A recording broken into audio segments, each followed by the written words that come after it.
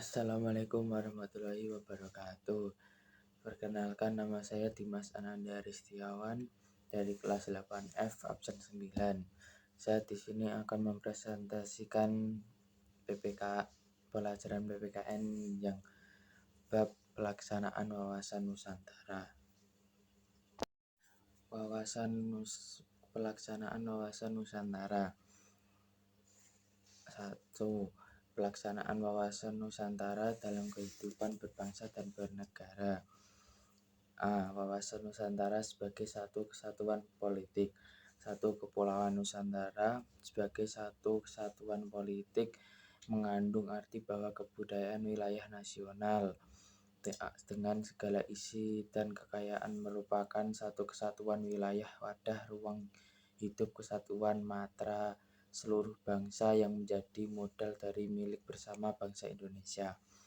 Yang kedua, selain itu bangsa Indonesia yang terdiri atas berbagai suku berbicara dalam berbagai bahasa daerah serta memeluk dan meyakini berbagai agama dan kepercayaan terhadap Tuhan Yang Maha Esa harus merupakan satu kesatuan bangsa yang bulat dalam arti seluas-luasnya. Bangsa Indonesia harus merasa satu, senasib, sepenanggungan, sebangsa, setanah air, dan mempunyai tekad dalam mencapai cita-cita bangsa.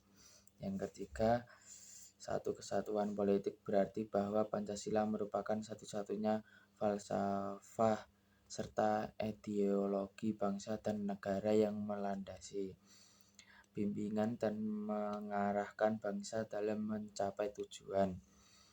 Keempat, dalam bidang hukum pun dinyatakan bahwa seluruh kepulauan Nusantara merupakan satu kesatuan hukum.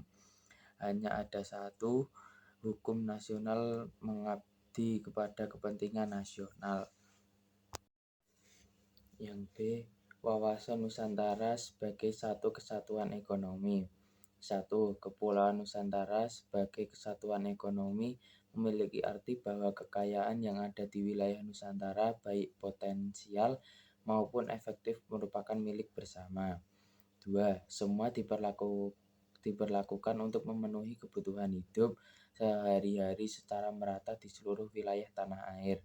3. Selain itu, tingkat perkembangan ekonomi harus serasi dengan seimbang di seluruh daerah tanpa meninggalkan ciri-ciri khas yang dimiliki oleh setiap daerah dalam pengembangan kehidupan ekonominya.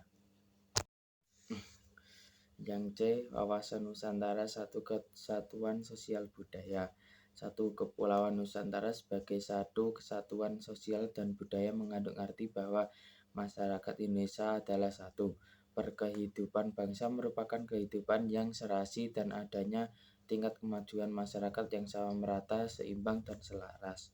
2. Kebudayaan Indonesia pada hakikatnya hanya satu, corak ragam budaya yang ada menggambarkan kekayaan budaya bangsa yang ada menggambarkan kekayaan budaya bangsa yang menjadi modal dan landasan bagi pengembangan budaya bangsa. Hasilnya harus dapat dinikmati oleh seluruh bangsa Indonesia. Yang D. Wawasan Nusantara sebagai satu kesatuan pertahanan keamanan. 1. Satu kesatuan pertahanan dan keamanan mempunyai arti bahwa setiap ancaman terhadap satu pulau atau satu daerah merupakan ancaman juga terhadap seluruh bangsa dan negara Indonesia. Setiap warga negara mempunyai hak dan kewajiban yang sama dalam rangka pembelaan negara dan bangsa. 2. Sebagai negara kepulauan, laut di Indonesia mempunyai peranan yang sangat besar. Laut dan perairan yang ada di seluruh Indonesia tidak hanya sebagai jalur lalu lintas, jalur ekonomi, dan sumber devisa negara saja. Laut juga menjadi sarana armada laut di Indonesia dalam menjaga pertahanan dan keamanan wilayah bangsa dan negara Indonesia dari setiap ancaman yang datang dari negara lain. 3. stabilitas pertahanan dan keamanan di laut bagi bangsa Indonesia akan dapat meningkatkan ketahanan nasional pula. 4. Akibat lebih lanjut pembangunan dapat lebih meningkatkan dan berkembang terus, sehingga bangsa Indonesia dapat meningkatkan pula kesejahteraan hidupnya. Yang kedua, tentang pelaksanaan wawasan Nusantara. Dewasa ini kita menyaksikan bahwa kehidupan individu dalam masyarakat, berbangsa dan bernegara sedang mengalami perubahan. Dan kita juga menyadari bahwa faktor utama yang mendorong terjadinya proses perubahan tersebut adalah nilai-nilai dari kehidupan baru yang dibawa oleh negara maju dengan kekuatan penetrasi globalnya. Aspek ekonomi. Satu kesatuan ekonomi dengan berdasarkan atas usaha bersama dan atas kekeluargaan dalam satu sistem ekonominya kerakyatan, perwujudkan kepulauan Nusantara sebagai satu kesatuan ekonomi yang meliputi 1. Kekayaan di wilayah Nusantara secara potensial dan efektif menjadi modal dan milik bersama bangsa Indonesia memenuhi kebutuhan membangun bangsa secara merata. 2. Tingkat perkembangan ekonomi harus seimbang dan serasi. 3. Kehidupan perekonomian di seluruh wilayah Nusantara diselenggarakan sebagai usaha bersama dengan atas kekeluargaan dalam sistem ekonomi kerakyatan untuk sebesar-besarnya bagi kemakmuran rakyat. B. Aspek ideologi. Secara ideologis konstitusional, bangsa Indonesia berdasarkan pada nilai-nilai Pancasila dan UUD 1945 yang secara substantif atau isinya dapat memberi arah pandangan kemajemukan bangsa Indonesia dan pada prinsip persatuan dan kesatuan bangsa. Yang ketiga, aspek politik. Satu kesatuan politik dalam arti satu UUD dan politik pelaksanaannya, serta satu ideologi dan identitas nasional. Perwujudan Kepulauan Nusantara sebagai satu kesatuan politik yang meliputi 1. Kebulatan wilayah dengan segala isinya merupakan modal dan milik bersama bangsa Indonesia. 2. Keanekaragaman suku, budaya, dan bahasa daerah serta agama yang dianutnya tetap dalam kesatuan bangsa Indonesia. 3. Secara psikologis, bangsa Indonesia merasa satu persaudaraan, senasib dan seperjuangan, sebangsa dan setanah air dalam mencapai cita-cita bangsa. 4.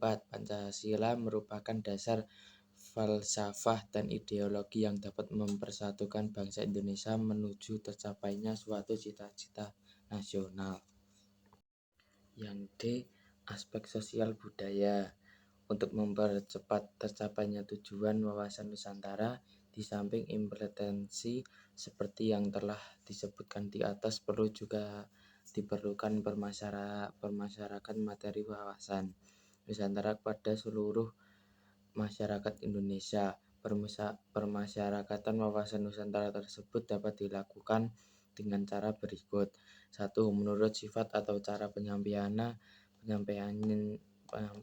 yang dapat dilaksanakan adalah langsung yang terdiri dari ceramah, diskusi, dialog, tatap muka, dan tidak langsung yang terdiri dari media elektronik dan media cetak. 2. Menurut metode penyampaiannya yang berupa keteladanan melalui metode penularan, keteladanan dalam sikap perilaku kehidupan sehari-hari pada lingkungannya, terutama dengan memberikan contoh-contoh berpikir, bersikap, dan bertindak. 3. Edukasi, yakni melalui metode pendekatan format dan informal. 4. Komunikasi tujuan yang ingin dicapai dari sosialisasi wawasan Nusantara melalui metode komunikasi adalah tercapainya hubungan komunikatif secara baik yang akan mampu menciptakan iklim saling menghargai, menghormati, mawas diri, dan tangga rasa. 5. Integrasi. Tujuan yang ingin dicapai dari bermasyarakat atau sosialisasi wawasan Nusantara melalui metode ini adalah terjalinnya pemahaman tentang wawasan Nusantara akan membatasi sumber konflik di dalam tubuh bangsa Indonesia baik pada saat ini maupun di masa mendatang. Yang aspek pertahanan keamanan. Wawasan nasional bangsa Indonesia adalah wawasan Nusantara yang merupakan pedoman bagi proses pembangunan nasional maju menuju tujuan nasional. Sedangkan ketahanan nasional merupakan kondisi yang harus diwujudkan agar proses pencapaian tujuan nasional tersebut dapat berjalan dengan sukses. Oleh karena itu, diperlukan suatu konsepsi ketahanan nasional yang sesuai dengan karakteristik bangsa Indonesia. Di sini ada solusi dalam implementasi wawasan Nusantara.